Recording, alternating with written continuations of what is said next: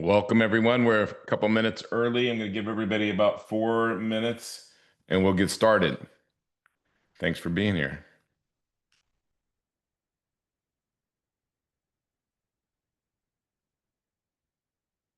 If people requested the book, hopefully you've gotten it. And I wonder if I can attach this. Um, there's this thing they want filled out, the editors, like with feedback. How do I find that?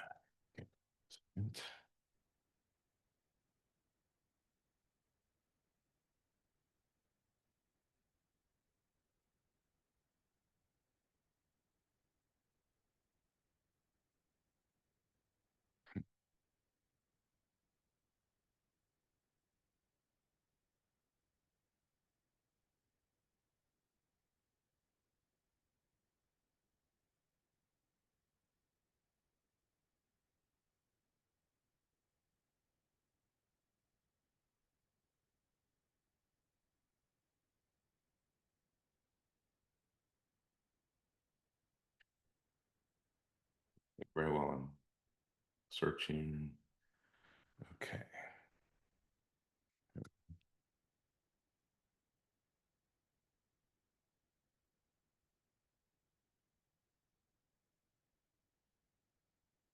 Let me see if I can do this.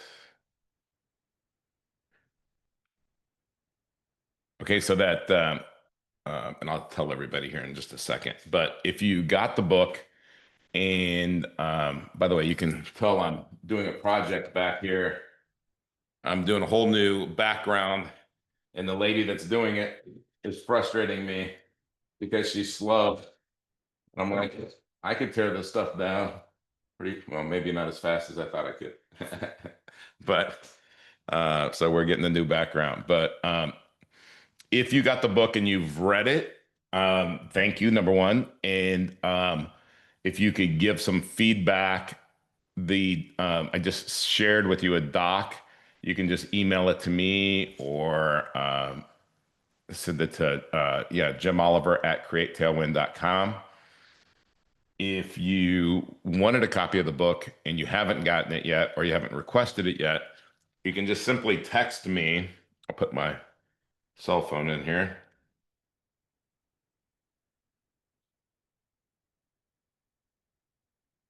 Just text me at that number and I will get you a book sent out. I'm really kind of on a deadline now, probably like less than a week to to get it, um, kind of to give them feedback on a final version. Um, there's some little things that we noticed, like just no QR codes for the workbooks and things like that, which obviously we need. Um, Again, this is not my expertise, so I'm hoping that the team will get everything that we need. Uh, but we've been getting good feedback on the book, and hopefully, it helps people and change people's lives by becoming financially free. I mean, it's funny. I talk about this every day, so it's like sometimes I think. Am I talking about the same thing over and over and over again? But sometimes people need to be reminded as much as they need to be educated. Jonathan is not on Audible yet, but I'm going to give you a cheat thing. There's this app called Peach, and I will put in no preview available. Okay, hold on just a second. I'm going to put in the chat the oops. I'm going to put in the chat the digital version. How am I going to do that? No preview available, download. Okay. So then Launchpad. Oh no, Finder. That's what I want. Downloads. Okay. So copy. Let's see if I can do this here. Chat.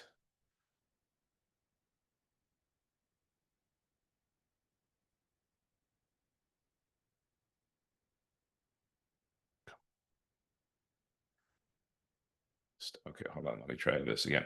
If I can get you the digital version, you can put it in this thing called Peach, and Peach will actually turn it into an Audible. Um, oh, it's an EPUB. What the heck is that? That's why I won't. If you send me an email at jimoliver@createtailwind.com, I will send you, Jonathan, the digital version of the book, and you can load that. You can save that as a PDF, and then you load the PDF into Peach, and it will literally read it to you. And we are going to have an Audible version. It's just not done yet. All right, let's see. It's 2:04, so let's get started. And what we're talking about today, if anybody has any questions, feel free to put them in the chat. But I'm going to get started on, and what our topic is today is rich habits versus broke habits. Which are you practicing daily? Now, I know I've said this a million times, and again, like I just said a few minutes ago, is people need to be reminded, myself included, more often more than educated, right? And here's the thing: wealth isn't random, and poverty isn't either. We might all start in poverty, or we might have a time in our lives where we went bankrupt or something. Okay. But we don't have to stay there. And it's really, there's just one thing that needs to be very clear is wealth is not an accident. You don't just get lucky. It's a system. But poverty and sustained poverty, that's no accident either. There's a pattern behind every wealthy person that I've met. It's not hustle, it's not luck, it's habits and simple, repeatable behaviors backed by discipline and intention. And that's where you have the vision, you have what you're trying to accomplish. Most people have money problems because they've been conditioned to practice broke habits by broke systems, while the rich play an entirely different game. And it looks easy because honestly, once you learn the game, it is easy. Um, Earl Nightingale, The Strangest Secret, and we this is our what is it? This is our outro for our podcast, right? You become what you think about. But he also gives you an exercise on how you think, what you think about daily becomes what you do daily. And that becomes who you are, becomes your bank balance, right? It all comes together. If you get up at 4:30 every morning and start to work out, in the beginning, you're not a person who works out. You're not a person who's in shape. You're not a person that people ask about, hey, what are you doing? How do you do it? But eventually you will be. And it's the same way with wealth. When you have those habits, then you become that, right? Because you're thinking about it, you're practicing those habits. And whether it's wealth or health, because they go together. You can be wealthy and not be healthy, but when you realize you're not going to run out of money, you want to take care of yourself because you're like, well, why wouldn't I want to do this forever? Right. But when you have scarcity and you have that broke mentality, then you think, well, I hope I don't run out of money. What am I going to do when I'm older? And you worry, you have stress, and all illness and disease come from stress. So this broke habit loop, okay? You don't rise to the level of your goals, you fall to the level of your systems. James Clear said that in Atomic Habits. Most broke people have these habits in common. Now, again, they're not bad people because they were taught by a broke culture. What does everybody talk about all the time is it's about our economy, it's about inflation, it's about spending power, it's the price of eggs, the price of beef, and all of this stuff. This is not what rich people are thinking about. Okay, because they're just thinking about increasing their cash flow. But the broke habit cycle is like this: spend first, save what's left. if anything, right? And we're told to save 10% of our income. And you can go online and see what the average savings rate is. It's below 5%. And you can't do the math on even a six-figure or a high six-figure income, saving less than 5%, building a balance, and then living off of it for the rest of your life. Okay. But the broke habit also, you rely on debt and high interest credit. I mean, Nelson did such a great job explaining this in his book, Becoming Your Own Banker. You work for money, but never make money work for you, right? That's a broke habit. You could start off working for money, but then you got to get your money to work for you. You got to get your assets to work for you. And the broke habit cycle also, you outsource thinking to quote financial advisors and TV gurus. This Kramer guy on CNN, cannot stand him. It's like nails on a chalkboard for me. Goofiest guy. Most of his stuff is wrong. If you followed what he did, like I can't remember what year it was, 2023. If you took like 2 months, his first 2 months, things that couldn't miss, you lost money. Money Magazine used to do this thing back when mutual funds were like new and shiny, is they did this thing, mutual funds that you must own in January. And if you would have bought them over a 5-year period, you would have lost money. So what does that tell you? Outsourcing your thinking is not a good idea. And you just have to learn how to uh, um, how to build your wealth system. And we're going to talk about how to create your own banking system, because really, if you have access to all the money that you need to build your system, then it'd just be finding good things to invest in. So the other broke thing is that you invest without control, usually based on fear or hype, right? And it's that fear and hype, or what people call the greed fear cycle. Hey, this investment is Apple is going up and up and up. It was up 15% yesterday. So you go buy it. What goes up must come down. It goes down. So you had this greed, you bought it because you want to go up 15% too. And then it goes down. So then you have fear. Oh my gosh, it's going to go to zero. I'm getting out. So you buy high, sell low. That's what the system does to you. Okay. It's not you. It's set up that way. The millionaire next door proves this. Most millionaires don't look rich. They drive used cars. They avoid bad debt. Okay. Bad debt is, I want that shiny car. I want that shiny boat. I want that shiny motorcycle, whatever. And why do they do that? Because they practice habits of control and discipline, not appearance and status. The people that I know that have the most money, you would never know it, right? So again, all right, so let's talk about the rich habit stack. Wealthy people don't just make more money, they use different operating systems. They think long term while acting daily. Okay, so you might be working out every day, but you're not worried about that one workout. It's all going to stack on top of each other over years, and you're going to get those benefits. They're acting daily, but thinking long term. They buy time and own systems, right? I mean, they're not trying to get a raise. They're not trying to, and they practice boring habits consistently. So what are those habits? So those are the three things that they do differently, but here are the habits that are different. First of all, they pay themselves first. Before the bills, before fun, before taxes. Pay yourself first. There's a whole book on it. Pay yourself first. He talks about how to set up different accounts, everything. It's a good system, right? But one way or the other, pay yourself first. Richest Man in Babylon, which is a classic book from, how many ever years ago, George Clausen, he says, pay yourself first. Now, the next thing is where we are so passionate, and this is where it turned my life around.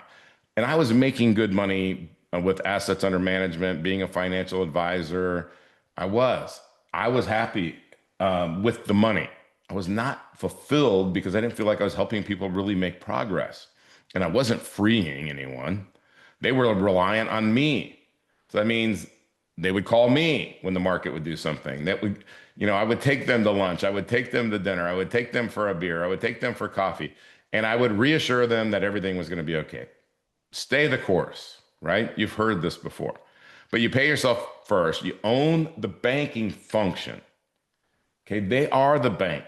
I've used this reference before, but J.D. Rockefeller, the richest man in the world at in his lifetime when he was alive and he was an adult, he said the biggest hindrance to me building my wealth was the banks. So this is not just Jim Oliver. This is J.D. Rockefeller saying this.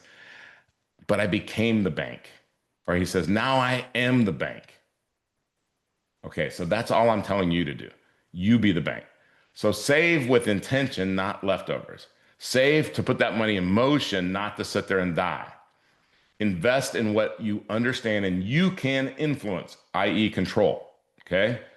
I'm not looking at the attendees, but if Glenn's on here, he's a perfect example of he went out and bought mobile home pads, over 500 of them, and 150 apartments. And I think he closed on a deal between when we recorded it now. So those numbers could be low. Okay. But he learned about those things and he knows he can control them and he has a system. Here's another thing that rich people do. And, this is like such a simple one, but this is that freedom formula. This is the Create Tailwind, Jim Oliver freedom formula. Other people's money, other people's time equals freedom. People have to be working for you during the day, all night, 24/7, right? I mean, have something, it's this old book that says, you need something that makes you money while you sleep. And the broke mentality is that doesn't work, or I don't know how to do that. And the rich mentality is how do I have things like an online store, like rental properties, right? People pay their rent 24/7. Businesses, customers send money 24/7. Okay, so rich people don't work for money. They make money work for them. That's from Rich Dad, Poor Dad, right? Money is a great servant, but a terrible master. Who's that from?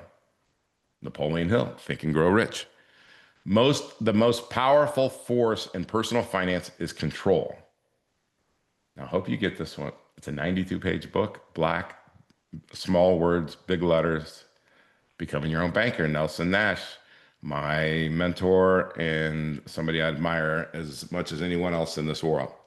Well, he's not in this world anymore, but he's in a better world.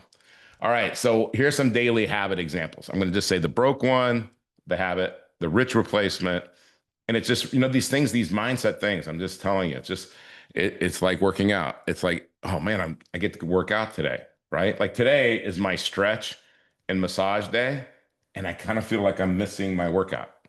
And my trainer says, do not work out on these days. Your body needs to recover. That's my struggle. I'd work out every day because it makes me feel good. All right, so here's the broke habit. Spend first. Work for money. Avoid responsibility. Chase the get rich quick, right? I'm going to be in the mortgage business. Mortgage rates are 2% and everybody's refinancing. Rely on gurus. Dave Ramsey told me to do this. Susie Orman told me to do that. And you give up control. Go hand your money to some Wall Street monkey that's going to, stay and hold, buy and hold, stay the course, put you in American funds, charge you a fee to do it. Don't get me started. So the rich replacement for those habits. Save and invest first in assets. Make money work for you. Take ownership of the system. Build slowly, compound intentionally, right? I mean, Glenn didn't start off with 500 mobile home pads. He built that. And it wasn't very slowly, but I mean, you did a good job, right? Study and lead yourself. No more gurus. They're not that smart. Their education is not extensive, sophisticated. It's not. And you become the bank. That's how you take the control. So you must act like the person you want to be, right? Neville Goddard, right? You have to act. You have to be grateful today that you're going to be that person. If you're heavy and you want to be in shape, visualize yourself. I've told people what I did is I made a AI photo of myself with more muscle, less fat, abs, younger, everything. And I said, That's what I want to look like. And I told my trainer that. I said, can you do that? And she said, yeah. No, I mean, I would say we're 90% of the way there, to be honest. But now, guess what? It's changed. Now I want more. I want to be less than 8% body fat. I want my biological age to be in the in 30s. Now, would I settle for 42? Sure, I'll settle for 42 at 60, but that's the goal. And that's what I have in my head. All right. So this identity shift, you have to act like the person you want to become, right? And you have to be grateful for that. So wealth begins with identity. You cannot build a wealthy life with a broke identity. I'm not the kid that worked in the casket factory at 13 years old, swinging a hammer for minimum wage. I'm not the kid that was homeless and slept in a field and wondered why we didn't have anything. I'm not the kid that walked up to my house and my friend said, "Why are we stopping here? Nobody lives there. That house is vacant." No, that's where I live. And I'm not that kid anymore. I don't identify with that. I identify with freedom. I identify with wealth and not stress. Being broke is stressful. So you can't build a wealthy life with a broke identity. And then, let me just ask you some questions. Are you acting like someone who owns assets or just hustling for the crumbs that people give you from a 9 to 5? I mean, and when I say that, I don't mean that disrespectfully. I mean, they might be paying you $1 million a year, but they decide. And if you had something coming in where you had $1 million a year and you controlled it, you'll feel a lot better. And are you chasing freedom or avoiding responsibility? And what I mean by that is somebody wants to, well, hey, can you take my money and make me 8%, 10%? I played golf with somebody this morning, and he was talking about it was Florida and maybe Ohio came out with 2 bond offerings. And it was like 5.25% tax free, right? Now, if you're going to but it's a 20-year bond. So what are you giving up? Control? Yes. I mean, if you were just going to have $100,000, $1 million, whatever it was sitting in the bank, would that be better? Sure. Would it be better than taxable? Sure. But if you took that money and you turned it into cash flow that went on for the rest of your life and your children's lives and your grandchildren's lives and blah, blah, blah, blah, blah, and just kept on compounding, then it would be better. So don't avoid responsibility, take responsibility. And when we're responsible, we just have to educate ourselves, and then we will be okay with responsibility. It's when they tell us that it's something that we should be afraid of. We should be afraid of investing, and you might lose everything. And if you don't know what you're doing, all this stuff, they try to create fear. So James Allen, okay, this is a long time ago, ladies. So I'm just going to say it the way that he said it. He says, men do not attract what they want. They attract what they are. Okay. So I'm going to say people do not attract what they want. They attract what they are. Your habits reveal your identity. Your identity creates your results. That's it. Simple. Okay, so the ultimate form of financial leverage is to become the banker in your life. That quote, Nelson Nash. So what IBC forces you to do, okay, is you're building your own banking system. You save first. You fund the high cash value whole life policy before you spend.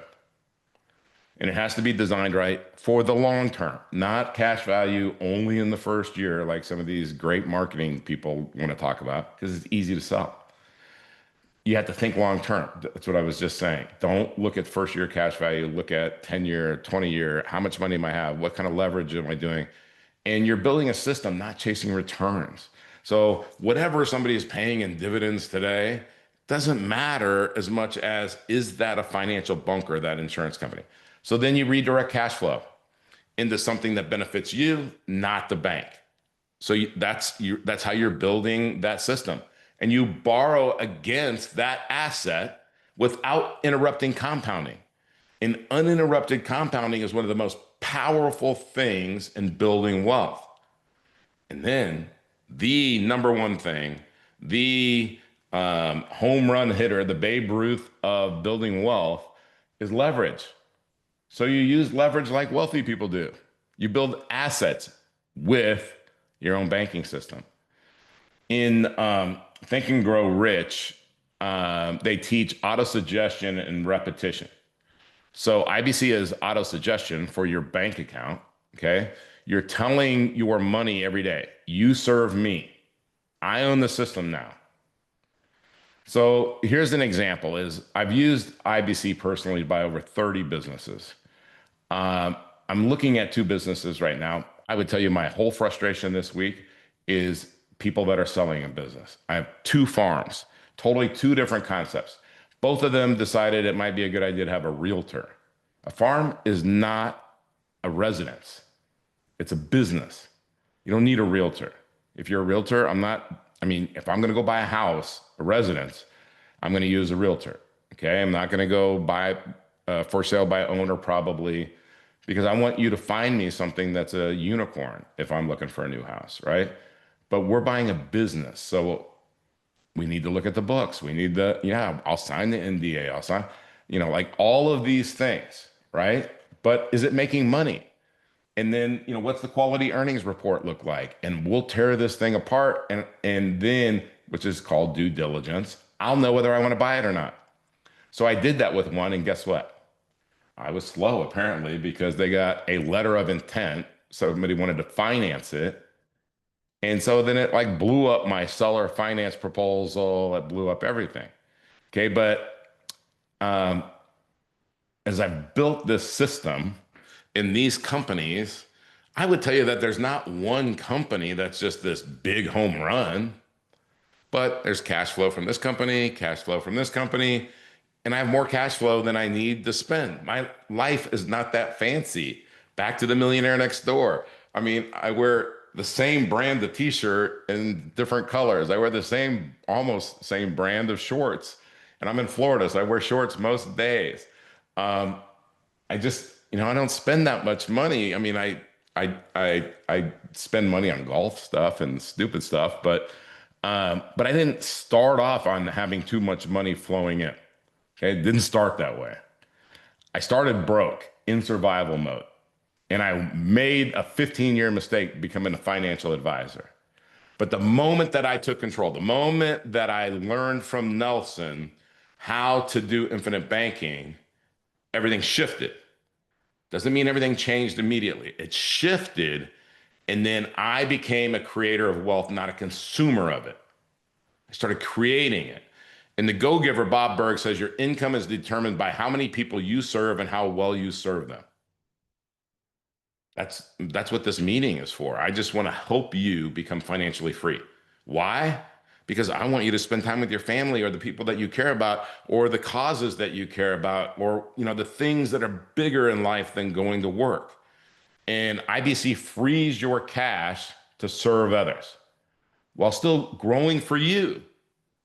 Right? I mean, it's not selfish to be wealthy. It's selfish if you hoard the money and you help no one. You don't pass it forward when they pay it forward, right? You're already playing the money game. But whose rules are you following? You're following their rules if you are not doing what I'm talking about. Give me control of a nation's money, and I care not who makes its laws. Meyer Rothschild. How many people know that name? Raise your hand. That's probably the richest family in the world. Maybe they were at one time. They controlled the 5 major banks of Europe hundreds of years ago, right? But they don't care. They don't want you to know who they are. And there's all kinds of conspiracy theories, and probably half of them are true, to be honest. So who controls your money? Who benefits from cash flow that you create? The bank, Wall Street, the IRS, your past self with bad habits, or you? Or your wealthy self with these new habits. So this Thursday, let's dismantle, this is Thursday, let's dismantle the broke habit loop, rebuild your daily wealth rituals, set up your infinite banking system. If you haven't, reach out. We'll have somebody get a hold of you right away and start to help educate you just about infinite banking so that you'll know how it would work for you. I always say this is we'll educate you until you come to one of two conclusions. This is for me or it's not for me. But I almost feel like if I educate you and you said, hey, this isn't for me, then I didn't do a very good job educating you. That's just reality. So I put together like it's a very basic, um, um, what did I call it? I called it coaching workbook. Just ask like 10 questions. Like some of the questions are what daily habits do I repeat around money, time, and energy? Do they serve my future or drain it? And then your notes, like write that out for you. I mean, this is all for you. And and just kind of, am I saving first? Am I investing? Am I controlling cash value? And do I delay gratification? And so if you email Heather at createtailwind.com, she'll send you a copy of this workbook. Okay, so now I'm going to see if there's any. Um, oh, okay, Jonathan. Okay, so I will help you figure this out. Okay, my ex-wife, who I love, I always tell people I love Kelly. I'll always love Kelly. Is a type 1 diabetic, so I'm passionate about this. Okay, I always made sure she had the best continuous glucose monitor, the pump. Even after we were divorced, I bought her a new one. Okay, so like I'm passionate about that. I will help you figure out how to get this on Audible. I have a great friend, Kim Daly. She has a vision issue and she only does Audible as well. So this Peach thing is the answer. Okay, I'll I say I'm going to help you, but technology is not my strength. But there's a way. If I can get you the PDF, we can get it into that Peach system, and then once it's in that Peach system, then you can listen to it. Okay, so it might not happen in 24 hours, Jonathan, but we will make it happen. Okay. Nathan says, I'm sorry I'm late. No problem, Nathan. We always love that you're here. And Nathan, I was just talking about the farm in Tennessee. I haven't given up on that, but there's another one down here, and I know I owe you a phone call, so I apologize. I will get hopefully today, this afternoon. I'm going in for an IV. I do like IVs like every week or every other week in the summer down here because it just helps um, just helps you feel better and stay hydrated. Not very good at, I mean, I'm good at drinking water, but when you're out there playing golf for 4 hours, you can't keep it up. Yeah, they need to be like this other farm is like a really cool thing. Nathan, all it's under they have a letter of intent from this other person, and as long as their financing is clean, I think he's going to get it. But I'll send it to you just so you can kind of see. And I wish I could say share it here. Maybe next week I'll share it here and just kind of show you an idea, and then show you kind of how I did the analysis on it and why I wanted to buy it. And what I thought the market potential was. If that would be helpful for people, again, shoot me a text or something, and I'll do that next week. And I'll just do it as a group. All right, guys, thank you so much. You hung in there with me for 30 minutes, and I hope I hope this is helpful every week. Um, when I was playing golf this morning, thinking about this meeting, and I really am just passionate about this. I want to see everyone succeed and be happy, financially free and independent, and have less stress in their lives and more money. And money buys you choices, choices buys you freedom. And that's what I'm passionate about. I know a lot of you on here are passionate about freedom, freedom to do what you want to do when you want to do it and have impact on the people that you care about. So with that, Godspeed in that venture and that endeavor. And let's start creating these wealthy habits, and let's get rid of all the broke habits. Till next time, take care.